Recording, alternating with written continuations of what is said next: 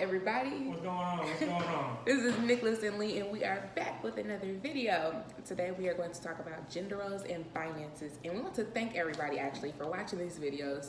This was actually a topic that was requested, so we're excited to do it.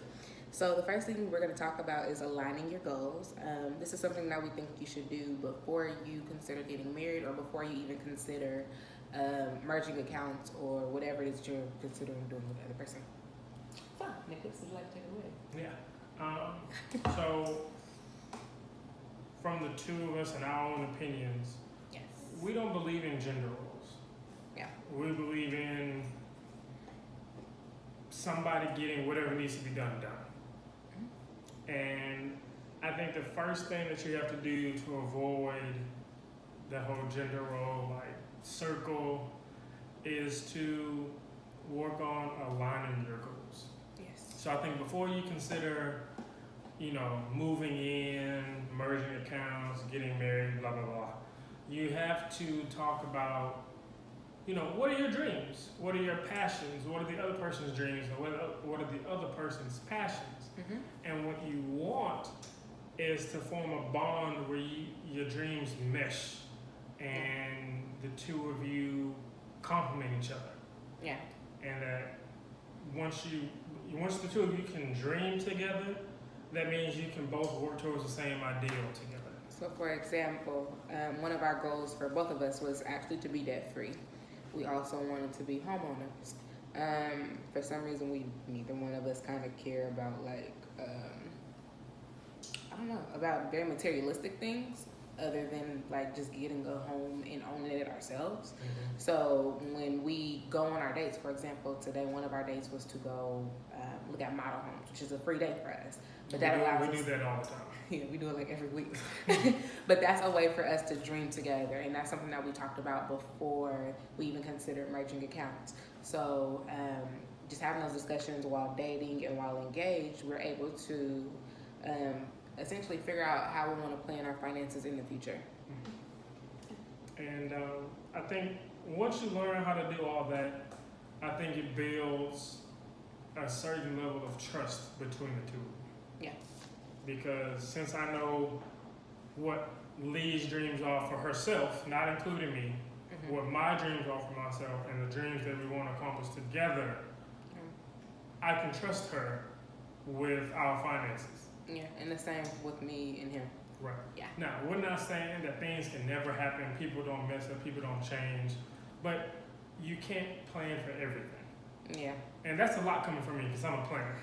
And you don't want to plan for the other person to mess up, because what kind of relationship is that? You want to be able to trust that person. Right. So we know there's no insurance policy for everything. Yeah. If stuff like that happens, it'll happen and we'll deal with it. But I know for now that I trust Lee with my finances. And because he trusts me, that means he doesn't have to micromanage me. And because I trust him, it doesn't mean that I have to micromanage him. Right. So when we say that, we mean that if Nicholas decides to go out and, get some food from Cane's. That's not a real example. It's not. Because that's not me. It's if not. I decide to go buy a drone, which is really like me, because I really want a drone. I don't see how much drones cost. If I was to go buy a drone, Lee would know that I've set aside the money for it. We've talked about it. And then when I came home with it, she wouldn't be like, you just spent $1,000 on a drone. exactly. But at the same time, we also plan for these things. So the way we do that is from our budget. And within our budget, we have money allocated for Nicholas to spend, money allocated for me to spend. And that's money that neither one of us can question for the other person. Right. And the way we set up that budget is to establish or determine our non-negotiables. So for me, my non-negotiable is my hair. I have to have that done, whether it's my eyebrows or the hair on my head. And then Nicholas has his haircuts and and then his spending money. And so I think that's important. Yeah. Because it still gives Lee her freedom, it still gives me my freedom. Yeah. So I don't have to worry about Lee being like, oh, I see you spent like $30 today. Yeah. That won't ever happen. Right. We've merged our accounts. So we pay all of our bills from that one account. Yep. after that, after tithes, savings, debt, we then say, Y'all heard that keyword, ties? You gotta put God first in everything, not the first thing he said.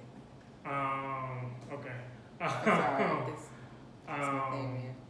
We then, after we do all that, we say, Lee, if you want $300 a month, Nicholas, you want $200 a month. That $300 for her is for her to spend however she wants, or not spend. Yeah.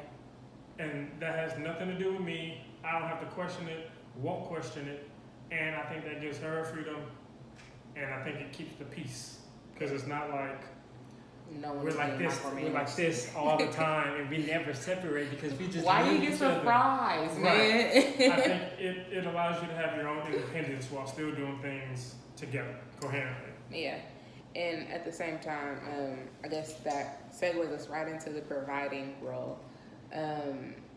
There's a lot of there's a lot of different opinions on guys or males being the provider. And providing isn't just financial. That comes in several different forms. For example, my love language is service. So Nicholas loves to cook. I'm actually cooking right now. That's why I'm sitting up here. In case I gotta run and go do some stuff. Yeah. Oh my gosh. So for me, it's like that's the way you provide for me. I don't really enjoy cooking. It's not just monetarily because we put everything into one pot, and because we establish our budget such that we could pay everything based on one income, whether it's his or it's mine. We don't ever have to put that pressure on one person to be the provider, even though you are the provider. Right, even though I wear the pants in the house. But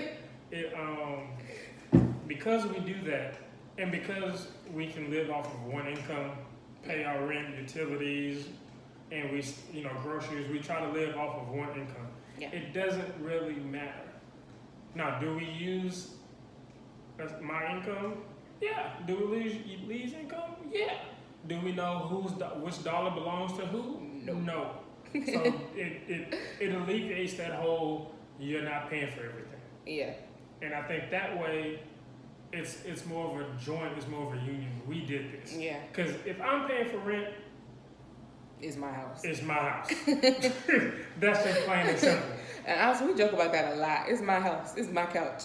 Right. We like, bro, shut up. Yeah. So because it takes away all that pressure. I can't throw it in her face like this is my apartment. I was like, nah, it's my apartment. We all on the account. So yeah, I think doing that takes away the effect of gender roles. But I don't think you can take away gender roles and have that trust until you follow step one of aligning goals and building trust both in that person's financial habits. Yeah, and then also too, I guess talking about that providing role, that also goes directly into unspoken expectations. So if that is something that you guys or works in your relationship for one person to pay all the bills, or that's something that you expect, you're gonna make sure that you communicate that, because you'll never be successful in managing your finances as a couple if you do not communicate that. Unspoken expectations kill relationships. You have to communicate.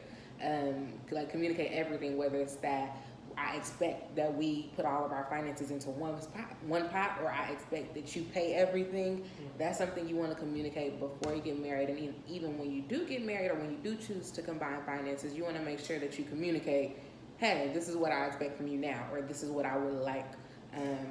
Communication. So that way you don't feel surprised, because I know I told Lee I would love for us to discuss things before they come up.